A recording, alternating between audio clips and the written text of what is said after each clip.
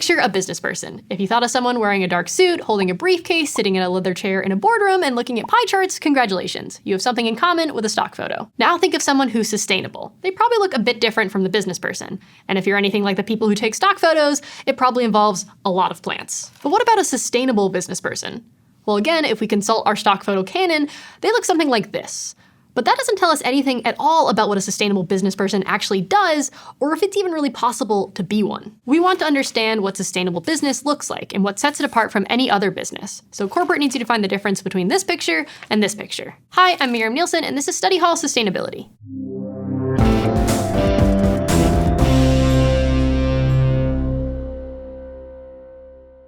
To understand what a sustainable business looks like and whether they exist, we're going to call in a consultant to tell us what's going on behind all the dark suits and pie charts in the boardroom. What even is a consultant, you ask? Nobody knows. Our consultant informs us that first we need to leverage the synergies to move the needle on best practices for our core competencies. I think that means the business people in the boardroom are using those pie charts to talk about growth, profits, and the bottom line. In other words, they're talking about money. Businesses need money to stay in business, and generally, to make their shareholders happy, they want to keep making more and more money year after year.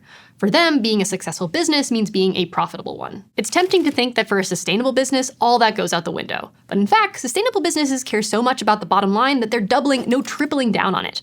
They're not just using their pie charts and boardrooms to look at the bottom line, they're looking at the triple bottom line. And while that makes it sound like they care even more about the money, it actually means they're looking at 3 different metrics to track success: people, the planet, and profits. Like at Francie's Fashionable Furniture Fair. She sells furniture that's fancy, fashionable, and fair. And for her, caring about people, the planet, and profits all go hand in hand. Her business supports her life and the lives of her employees and all the people involved in sourcing materials and making chairs. Francie pays her employees a fair living wage, and she purchases high-quality, sustainable-made products to sell in her stores. Francie also gives her employees flexible hours, helps them easily trade shifts when they need to, provides health insurance and sick time, and makes sure the workload is never too high. And to be good to the planet, she uses renewable energy in her stores and converts from paper receipts to a digital system to produce less waste. She also knows exactly where her furniture and all the materials in it comes from the wood to the fibers in the upholstery.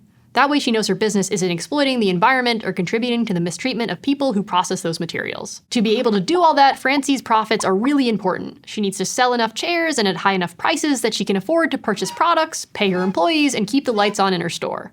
All of that takes money, so Francie needs to make money. For Francie, having a healthy triple bottom line means she's running a successful business and meeting her goals of being fancy and fair. It's a win-win-win. But according to our consultant, we need to circle back to our bandwidth and drill down on actionable deliverables, which I'm pretty sure means having a healthy bottom line isn't all there is to running a business, and having a healthy triple bottom line isn't all there is to running a sustainable business. It also matters what the business does with that bottom line. Having a good business model, good products, and good practices is important, but businesses also have an impact on the world beyond those things. A sustainable business wants its impact to be a positive one. In other words, sustainable business people want to have a regenerative business. That means a company is both trying to do less harm than a typical business and do more good by actually trying to improve the world around them, the environment, society, and the economy. And sure, every business wants you to think it's out here to change the world, but the idea behind a regenerative business is that it's actually doing it. For example, while many companies avoid hiring employees with a history of substance abuse, some have started calling themselves recovery-friendly. That means they view substance abuse as a medical concern, encourage discussion of addiction to reduce stigma, and hire people despite resume gaps.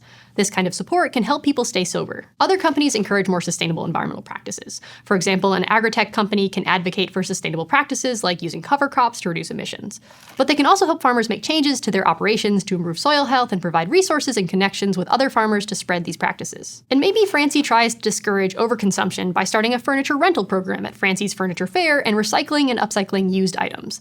That way, her furniture isn't filling up landfills when people are done with it. Another way to describe all of this is corporate social responsibility, or CSR. Under this principle, businesses are supposed to work in ways that don't degrade human and environmental systems, but instead help them flourish by operating in responsible ways. To get our buy-in with a deep dive, our consultant presents this concept to us with a deck and a diagram: the pyramid of corporate social responsibility. Yes, it's a pyramid, but not the kind that leaves you bankrupt with a garage full of leggings. At the bottom of the pyramid is economic responsibility. That means, like we've talked about, a company should care about being profitable. Profitable businesses build our economy and provide all the goods and services we want and need. Next up in the pyramid is legal responsibilities. Businesses have to pay taxes and follow certain standards to protect their employees. In the United States, they follow labor laws like the Fair Labor Standards Act.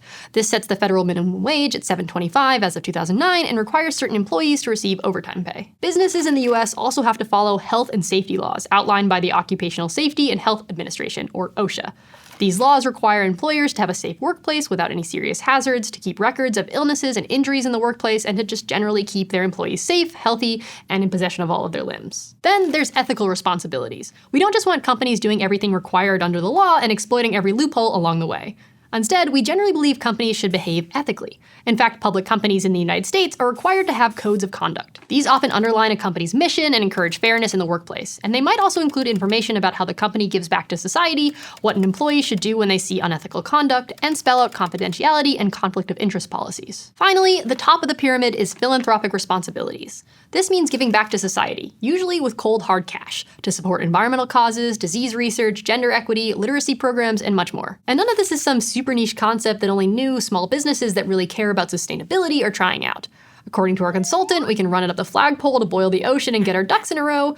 In other words, most companies practice corporate social responsibility in some form. In 2019, 90% of the 500 largest companies in the US stock exchange released CSR reports about their actions. They include things like using environmental-friendly materials, encouraging employees to volunteer in the community, or providing funding for social and environmental projects. But obviously, having a CSR report alone isn't what makes a business sustainable. Truly sustainable companies can take those ethical and philanthropic responsibilities further. And they can do it not just for the optics or tax breaks, but to actually help people at every level of society prosper both now and in the future. All this stuff really only works if companies have the support and buy-in of consumers. Like Francie's Furniture Fair needs people to actually buy her products and use her rental and recycling programs. Because, like we've talked about in our episodes on greenwashing and sustainable finance, consumers have a lot of power over the actions a business takes.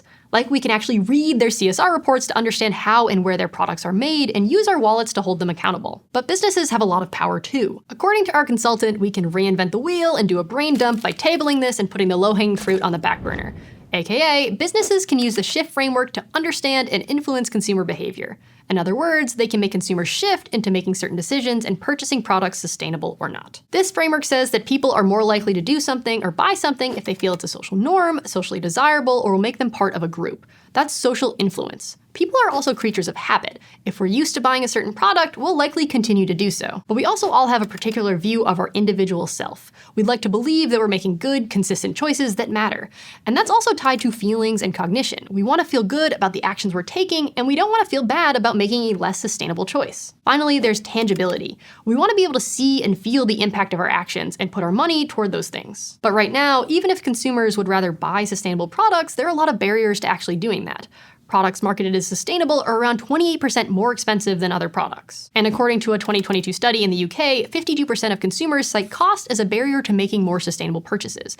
Not to mention, researching products to make sure they're sustainable can be complicated and time-consuming. Plus, people are inconsistent and easily swayed by convenience. Studies have shown that people tend to ease up on their personal sustainability rules depending on the situation, like when you're on vacation and use a lot of plastic takeout containers. So a sustainable business can use their marketing power to encourage consumers to make choices that are good for them and the planet. And they can find ways to make those choices more accessible and more attractive so people can actually make them. So here's the thing. This picture and this picture are basically the same picture. According to our consultant, if we iterate the bleeding edge, our verbatims will align for a robust hard stop.